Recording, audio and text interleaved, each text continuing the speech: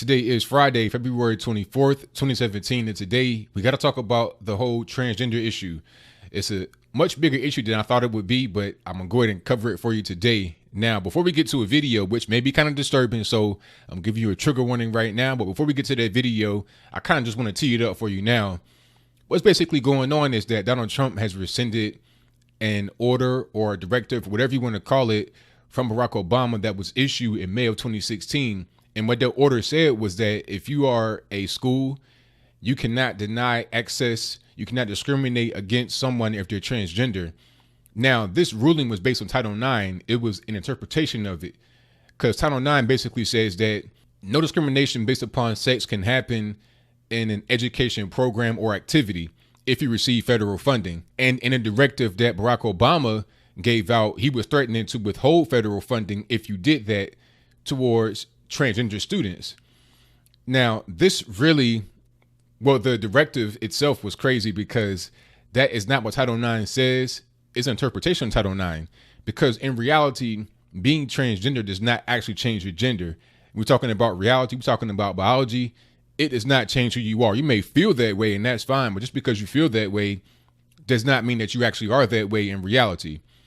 So that had actually been blocked by a federal judge in Fort Worth, Texas. So it was not actually in action, but it was only blocked temporarily, and it's still been blocked temporarily up until Trump had rescinded it. Now, there's a case going on right now in my home state of Virginia with a young woman, young man, whatever you want to call it. This person was born female, and now they identify as male, named Gavin Grimm. That's in Gloucester, which is in the Middle Peninsula. It's not too far from where I live right now, probably about an hour away, not too far.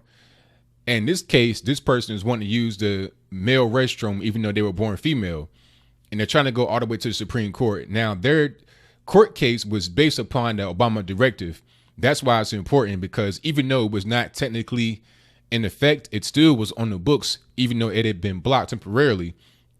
Because at some point, it was going to either be brought back up and allow or rescinded, but Trump just bypassed all of that and rescinded it.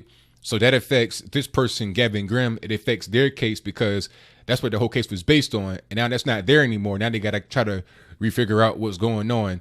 And people got triggered about it, including Bruce Jenner, Caitlyn Jenner. Finally, I have a message for President Trump from, well, one Republican to another. This is a disaster. But it was not just Bruce or Kate or whatever you want to call that individual that got upset. It was a nationwide thing. There's been protests. I've not seen any riots or anything like that. But what I will show you is this video where you see people out there with signs. You'll see just regular individuals talking about their personal situation. There was one case that will kind of disturb you about a woman and her family, what they've gone through, but you'll see it. And after you get done with that, we'll come back and we'll talk a lot more about the impact, what we're going to do going forward, and what the proper thing to do should be. So without further ado, go ahead and roll it. It's a big reversal, slowing the push for transgender rights that zoomed ahead under President Obama. The federal government today took back a directive issued just last May that told public schools to let children use bathrooms that match their gender identity. Why don't you stand? Today's move is a blow to Mimi LeMay of suburban Boston, who has a transgender child. As a vulnerable child, he deserves to go to school every day and feel safe and be affirmed as who he is. The government now says a federal law called Title IX that bans sex discrimination in public schools does not apply to transgender children because gender identity isn't the same as sex. It's a victory for a dozen states that sued to block the Obama order. You don't want to be intermingling the sexes, young boys and young girls on school trips, school locker rooms, school showers. That's clearly a violation of privacy. Because of the Justice Department's legal U-turn today, the government will probably also drop its challenge to North Carolina's bathroom law that cost the state millions in lost business. When that lawsuit was filed, Obama's Attorney General, Loretta Lynch, had an emotional message for the transgender community. We see you. We stand with you, and we will do everything we can to protect you going forward. Back in Boston, Mimi LeMay says she's worried. We can't give equal access to students in schools, then what's going to happen to all the public access laws that are out there? All right, you saw that. Now let's get straight to the elephant in the room. I mean, come on. This woman talking about she has a child that's transgender. Now, they did not identify the exact child that's transgender. I mean, when they said that she had a child that's transgender, they kind of had the camera on one person, on one child. But I'm not sure if that's the person that's actually transgender or not. Now, I'm trying to give her the benefit of the doubt. Maybe she has a child that's much older, like 17, 18, like an adult that is her child. But she does not look that old to me. So I'm assuming that one of the transgender kids is one of those little kids. I think that is child abuse. How can a toddler essentially know that they're transgender? And if you're the parent, why are you allowing that to happen? It doesn't make any sense. And that's kind of what I want to talk about here is the overreach. I think what Trump did is good because it reduces the federal overreach. Basically, it was a national thing that says all schools must abide by this or lose your federal funding, right? Which is basically all schools in the nation, or a lot of schools in the nation, aside from some private and charter. But I digress. My point is that it was something that was just too overreaching. Too overreaching is going too far. And that's, kind of like the theme of everything that's going on here. You have this whole thing about gay rights. You want to be able to push that. You want to say gays can get married. You want to say that gays should be able to force somebody to make them a gay wedding cake, even though they don't want to. There's all kind of things that they're pushing. Now it's like, okay, we got that ball rolling. Now let's get the whole transgender ball rolling. Let's get more transgender people in bathrooms, locker rooms, all kind of stuff. Oh, and shame on Chris Cuomo for talking about a dad was intolerant on Twitter because he asked the question, what if my daughter does not want to see a penis in the locker room? I mean, that's a logical question. I mean, if you got a 12-year-old girl or younger, 11, 12 years old, middle school, do you want her to see penises in the locker room? Like live action? Why would you want that to happen to your little girl? That's not something that we should have. We shouldn't be intermingling like that. Just like the man said in the actual piece there from NBC, it's like it's an invasion of privacy. 100%. That is totally inappropriate. Man, we're dealing with a time where you got a lot of that kind of stuff going on. Students engaging in inappropriate relationships with adults, with teachers, guidance counselors, or whatever. Now you want to introduce boys in the girls' locker rooms and vice versa. It's just not right. It's just not right. And that goes into the whole thing again of taking things too far, giving the inch, taking the mile. It's just really too much, because it won't end here. It won't be, okay, you got the bathrooms. Now what's next? I mean, what's next? There's always going to be the next crusade. So what's next? Okay, we got the bathrooms. Now I want to identify as a woman in general, so I should be able to get maternity leave, even though I can't produce children. Weird stuff like that, and I think maybe in Obamacare, they're trying to actually push that because of some of these plans, they give men maternity leave. Now I understand that men can father babies, but they can't produce them out their body. I mean, I don't know. It's like the lines between the genders are becoming blurred to where there is no gender anymore.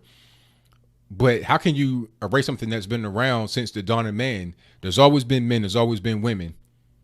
I mean, people want to say that the science on climate change has been settled, but somehow we just got new genders every day, like new species we find every day. It's ridiculous. If you feel transgender, that's your problem. That's your business. I don't got nothing to do with that. But at the end of the day, your biological imprint, that's what you are. If biology says that you're a male, that's what you are. If it says you're female, that's what you are. You may feel different, and that's fine, but it doesn't change anything. And the reality here is that it's not even really about people that are actually transgender going into the bathrooms with other people, which I don't really approve of either way.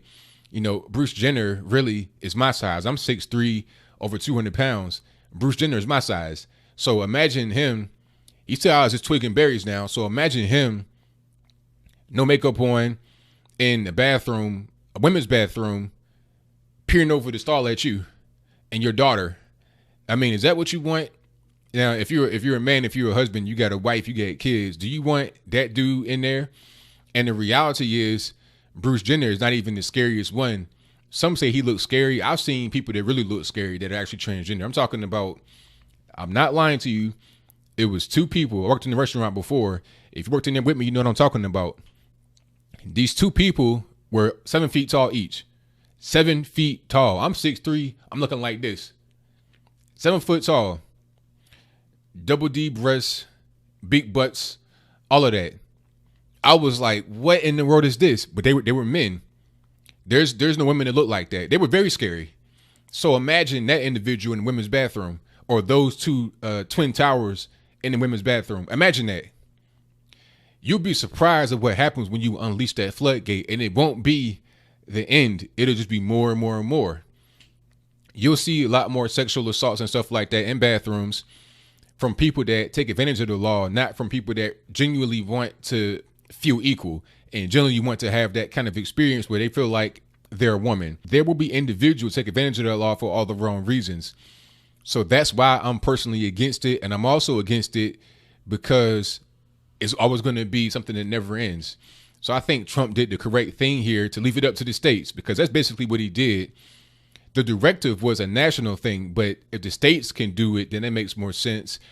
I support North Carolina in the HB2, which was implemented by the former governor, Pat McCrory.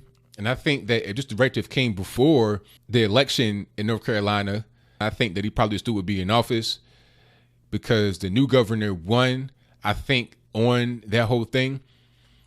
But that bill is still actually on the books, and I think that they'll be able to keep it, because like I say in the piece, they won't get any kind of kickback from the government now that has been rescinded.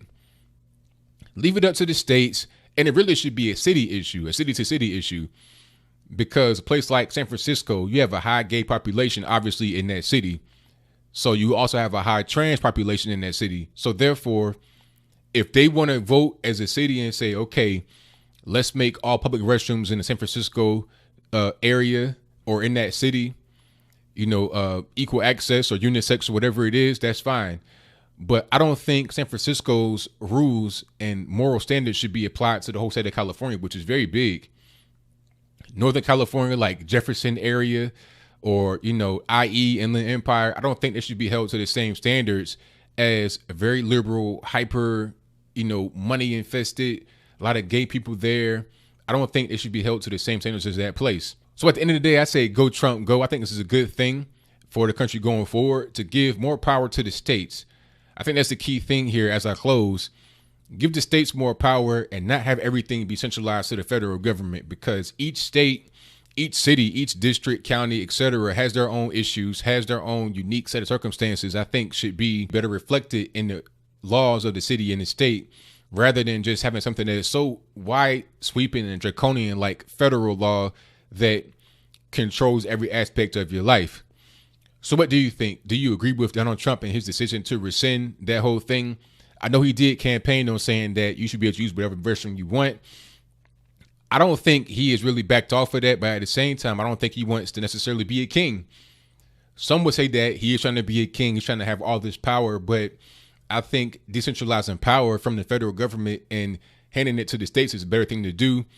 So you can't just rule from Washington, D.C. over all 50 states of wide geographical, ethnic, just crazy differences in the actual states and the cities, different economic situations, different cultural, religion, whatever.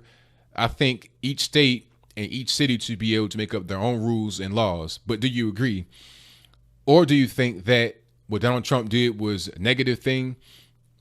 Are you a trans person? How do you feel about what he did? Do you think it's best that each state be able to decide what they're going to do, each city? Or should it be left up to the federal government to control everything? And like I said, as I close the reel this time, when the federal government gets its footholds into certain things like that, they don't really stop. It's always going to be more and more and more. If the feds tell you to do this, they'll tell you to do that. And it's always going to be more and more and more and more. But that's just my opinion about it. Whatever your comments are, let me know in the comments below. And that's all I got to say for this video. If you like what you heard, please comment, rate, share, and subscribe. Peace.